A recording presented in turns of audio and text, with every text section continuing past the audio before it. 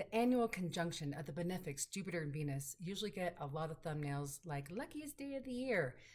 No. And let me tell you why and how it can be lucky and fortunate in your life, but what to expect. I'm going to speak a little bit about the collective and a lot about the very unique signature of Jupiter and Venus meeting on June 8th, 9th, depending on where you live. Next week, it is definitely one to recognize, appreciate, and anticipate, and probably plan for. Several significant things are happening on the day that Jupiter and Venus conjoin in the sky. And if you're lucky like me, you've been able to see them getting closer and closer to each other. Shortly after sunset, it has just been so beautiful. And typically we think of Jupiter expansion, wisdom, truth, the guru, the teacher, blessings, and good fortune in the chart meeting, Jupiter being the greater benefic and Venus being the lesser benefic, meeting together, Venus, of course, being beauty, harmony, connection, love, fertility, abundance, romance, and all the good things, especially like where we find pleasure in life. Oh, I just realized I don't have my sheepskin. Okay, continue. And that is true. But in the sign of Cancer, with the moon having just moved into Aries, the host of this conjunction, there is a real volatile, chaotic energy. And that's thanks to three more aspects that I'm not hearing really many people talk about. In essence, we can have too much of a good thing when it comes to some of the additional squares that this conjunction is making. The first to note is Mercury in Cancer will be squaring Pallas Athena, goddess of war, strategy, wisdom, connection beyond the material plane, and Saturn. Saturn is conjunct Pallas, making a square to Mercury. So there's a real tension and a push-pull of information at the time of the conjunction related to Cancerian themes. Ruled by the moon, we're talking about motherhood, nurturing, nourishment, early childhood conditioning, home, family, the homeland. And here's the biggie I haven't heard anyone else talk about. Now, that doesn't mean that it's out there. I don't watch a ton of astrology videos because I'm busy making my own. But this Venus-Jupiter conjunction makes it an exact square to Eris, currently in Aries. And Eris is the goddess of great disruptor. Discovered in 2005, it literally disrupted what we knew about astronomy. It demoted Pluto to a dwarf planet and made the trans-Neptunian objects that instead of planets. God forbid we could have a goddess asteroid be another planet. It was like they put the kibosh on where the solar system ended, essentially with planets at that point. And so it literally disrupted astronomy as we know it, and coincidentally or not, which is of course I don't believe in, there is a certain divinatory nature to how the modern planets have been discovered and named.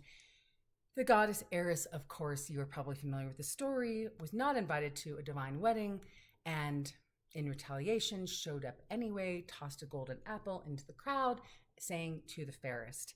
And the story goes that all the gods and goddesses argued about who was the fairest, thus leading to the Trojan War. So let's talk about what this all means for you and I. Hi, I'm Amy Rose White. I'm an integrative psychotherapist. I've been doing that a couple of decades, and I'm also an astrologer. I'm making these videos to provide you with concrete healing tools that align with the astrological transit. To see my full June newsletter covering all of June's astrology, please click in the link below. Oh, and I have a bunch of free resources there for you too. So getting back to the Jupiter-Venus conjunction, squaring Eris, let's just talk about that dynamic for a second. What we're basically saying is that rather than good luck in this area of your chart, for a year, by the way, this isn't a day.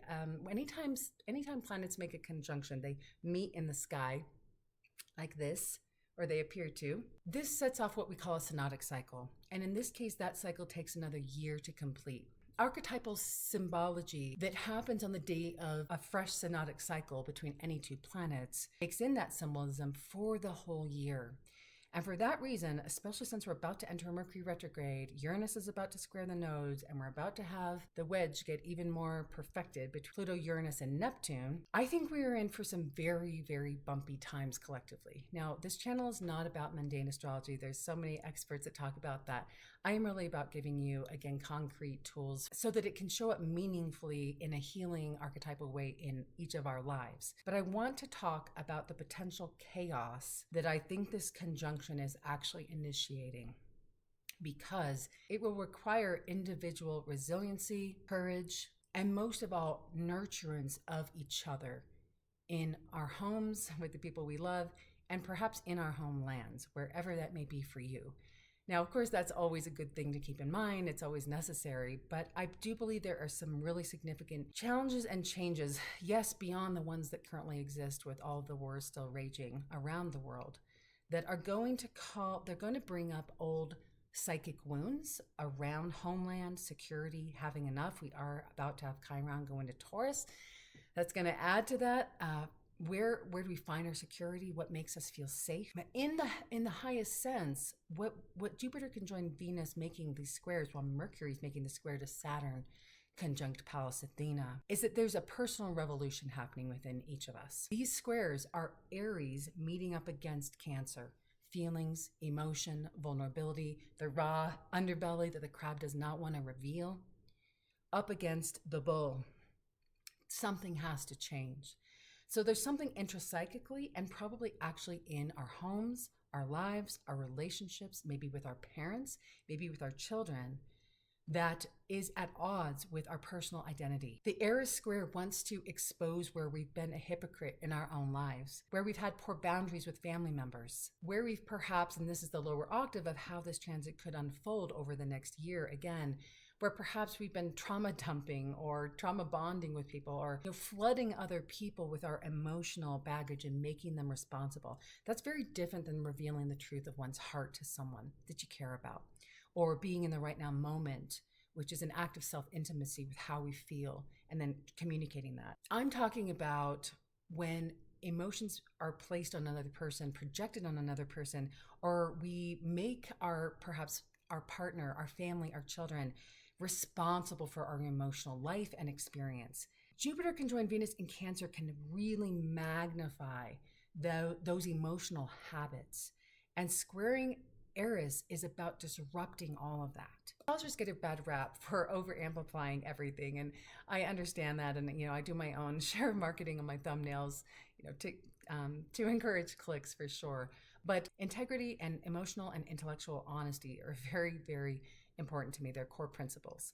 So when I say this is a really BFD that I think is a trigger event for the following astrology and the rest of June and into July, especially as we get closer to Mars squaring Uranus, which typically has brought volatile events around the world historically. What we're talking about individually, and I think what will help us cope with whatever is about to unfold, is there's a personal revolution taking place. And we're going to see even more support for that as Pluto gets engaged in that wedge with Uranus and Neptune. Saturn conjoined Pallas, making the square to Mercury. Eris in Aries, making the square to Jupiter, Venus. We're talking about really getting clear on what is actually true for us and being very emotionally honest, wise, and able to see through the strategic moves that the powers that be are currently engaging in. Because Eris is smart, and she played to the fears of the crowd. She played to their weaknesses in that story. We have been, we're currently, and we are going to be further challenged to recognize where we're being played and to not give in to the lower octaves of Cancer and Aries, which can be aggression, it can be selfishness, it can be over emotionality and dysregulation to the point of harming others or going to extremes. I won't be surprised if we see an upsurge in mental health issues and even perhaps acts of violence, Aries, or verbal warfare that are reflected by these archetypal symbols, mirroring back to us what the current conflicts are that we're trying to resolve individually and collectively. So what that actually means for you is going to be best understood by looking at the house that occupies Aries by whole sign system and the house where you find Cancer. Those are the areas of life that you're probably going to most find tension. But again, remember that Eris is about the truth and revealing people, places, and systems for what they really are. So I think we're going to see a lot more truth. We're actually going to see Pallas Athena conjunct Saturn. We're going to have the courage, the commitment, the maturity to actually see the ways that we're being played. That's going to happen in our individual relationships. We might identify that with family members, and we're sure as hell going to see it more clearly with governments, institutions, large governing bodies around the world. There truly is a mass awakening. And I think that that's what the Pluto-Uranus-Neptune minor grand trine is really reflecting. And that's the highest octave for us individuals. So how do we work with this? We've got a year. We've got a year to deal with trouble in paradise and to not have those rose-colored glasses on, to not be deluded, to not be tempted to say, oh, Venus, Jupiter, yay. It's like, no, there is an amplification of emotions at this time. There's an amplification of vulnerability. There's an amplification of focus on mothering, on nurturing, on rebellion, on rebelliousness, of pushing back. You might even find if you have, children or teenagers that they actually push back more in this year. I'm sorry to have to tell you that. Obviously, it just depends on them and, their temperament and their chart and yours. But expect that. Expect the energy to get really amplified and move fast. And so I think what's most important with this conjunction initiating what I think is going to be a series of events throughout the rest of the year and into 2027 is that we literally nourish ourselves with water and movement. So my plan is to ritualize and make a ceremony out of the conjunction by, I'm going to spend time in water. I'm lucky enough to live by a lake. I suggest you take a bath. Sprinkle salt over yourself in a shower. Look at images of water. Listen to a meditation with the ocean or whale sounds.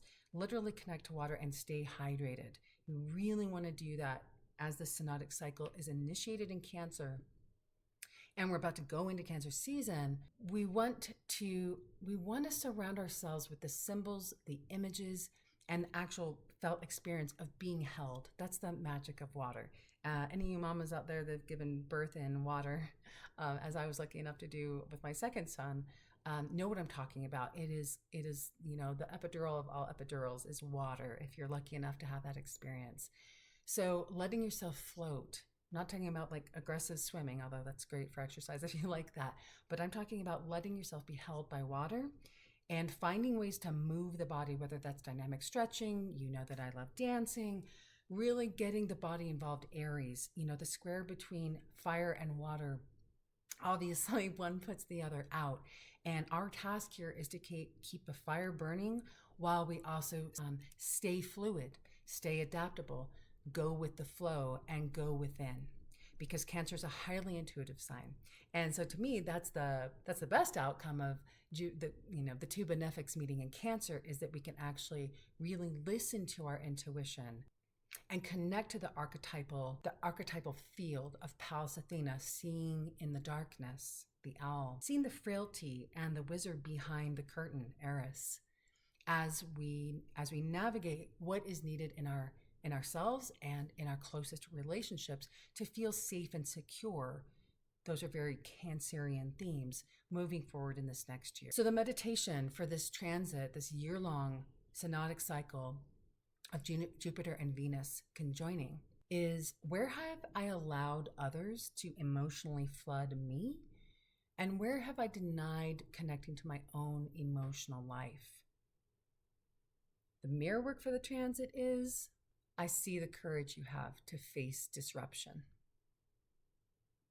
I see the courage you have to face disruption and to be a disruptor.